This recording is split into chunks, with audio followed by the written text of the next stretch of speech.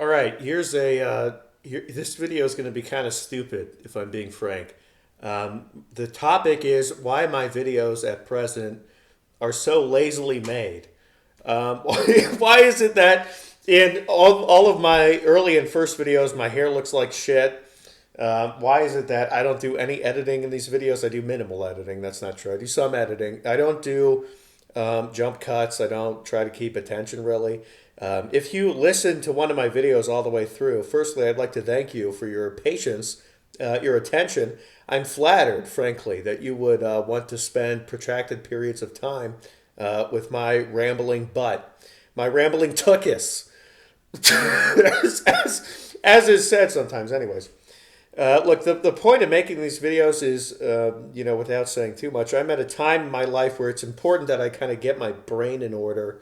And, I have to be getting into the world and whatnot and doing things. And I would like to ensure that I have some space for determining what it is I'm actually about, what it is I actually like in the world, what ideas I'm actually drawn towards, and what ideas I don't fully believe in. And a lot of the subject matter of my videos is probably going to be encouraging, the term, I love this term. I get this term from Auguste Comte. It was a, famous positivist philosopher. He had this idea of mental hygiene. In some regard, Auguste Comte was disparaged for having this idea of mental hygiene because basically his idea the way he used the what that term meant to him was that he wouldn't read any other scholarly works related to the fields that he was commenting on. I don't quite mean it in that particular sense. That was obviously a source of criticism for him. I mean, I think the term is fantastic for this idea of at least being very selective as so far as what you permit into your life. Okay, the world is a culture. It's like a germ culture. It's a garden. Some stuff is quality nutrient. Some stuff is pollution, and you really got to work hard. You got to work hard to have the space to decide what's actually good and what's not. Especially if you're. I mean, I don't want to go over some of the same ground I've always covered in my videos, like the slop that gets disseminated online is so boring and dreadful. Anyways, these videos are an opportunity for familiarizing myself with the conversational topics that I actually like, and also they're a way of kind of sidestepping much of the real world because people today are not always fun to talk to. If I'm just being frank, that sounds terrible.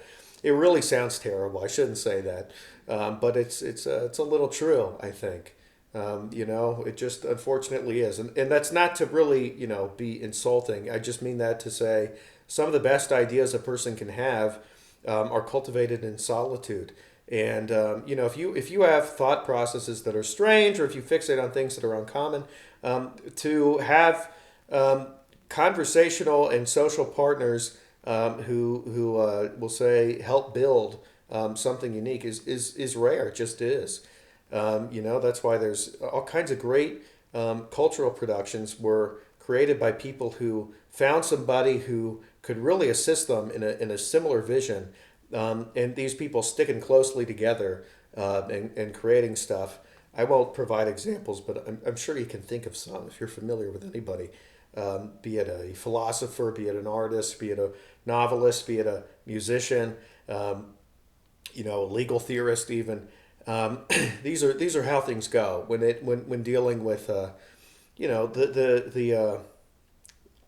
gonna I don't want to use the term.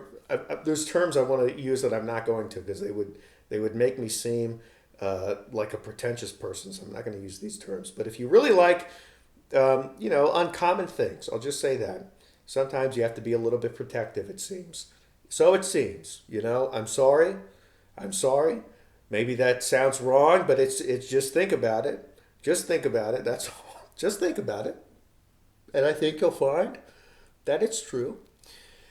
Anyways, uh, you know, Yeah, but to have any space even where you can fix it on, like, the things that you actually like, start making plans for the future that are independently derived. I mean, to do that, you do need privacy.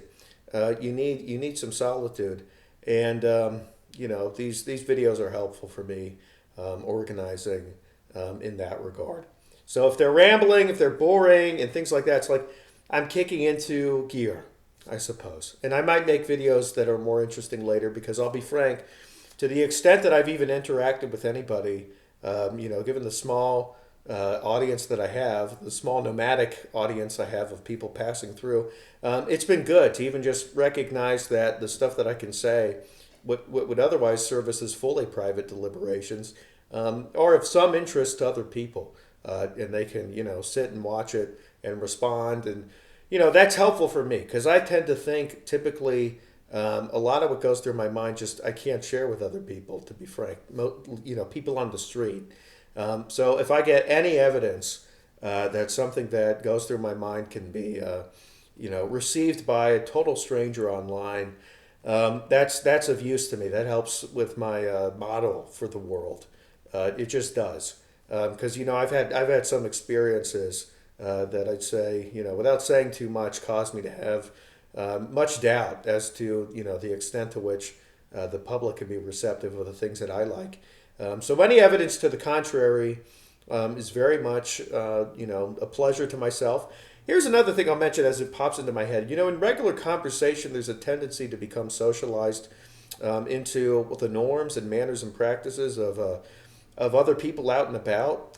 And, since I spend a lot of time reading, and since I read old books, typically, not always, but typically, you get exposed to a style of communication that's been, I'd say, is not treated well in day-to-day life, at least in the United States.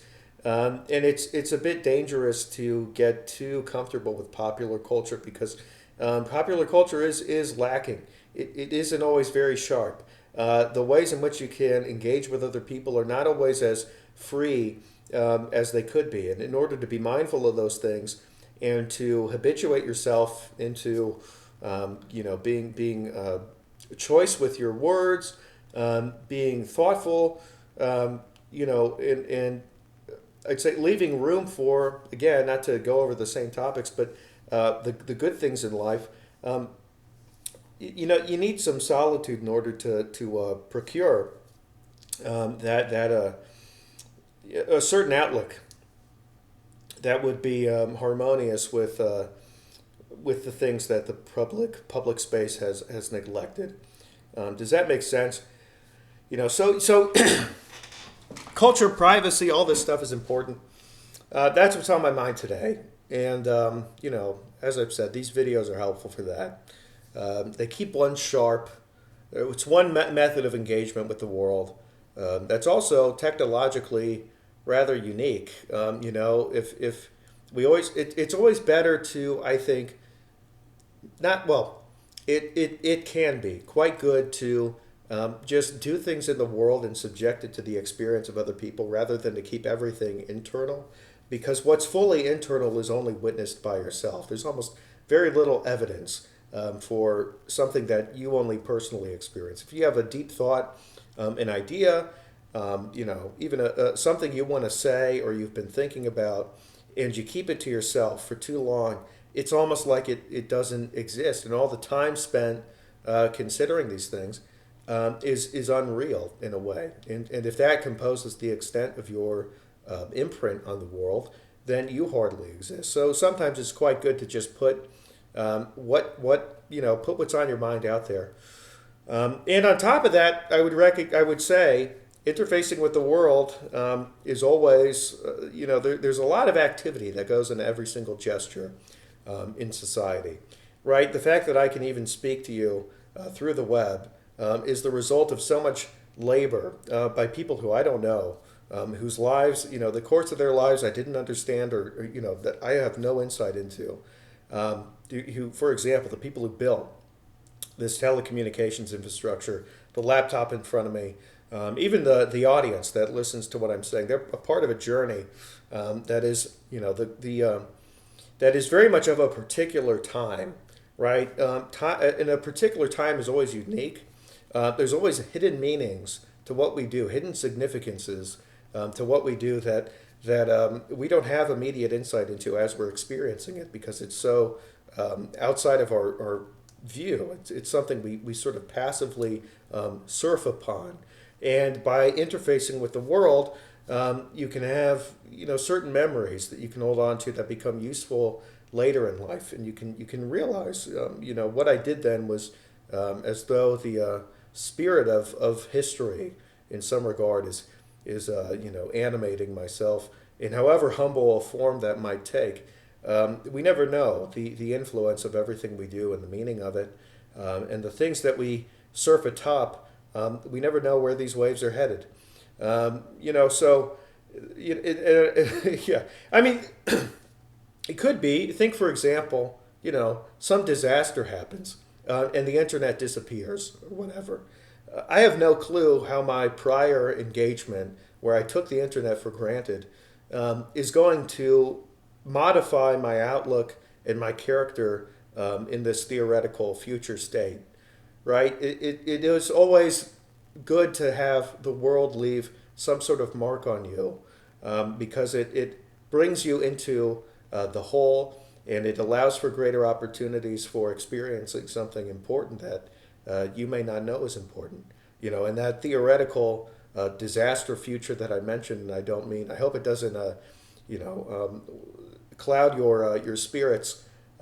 It's just a theoretical, but in that future state, say for example, the majority of people have no recollection of an era in which the internet existed. Well, they'd be mighty interested to hear what it was like and what one did. And this whole ordeal that we're engaged in now at present would seem to them something quite fantastical and difficult to even imagine. All right, peace out.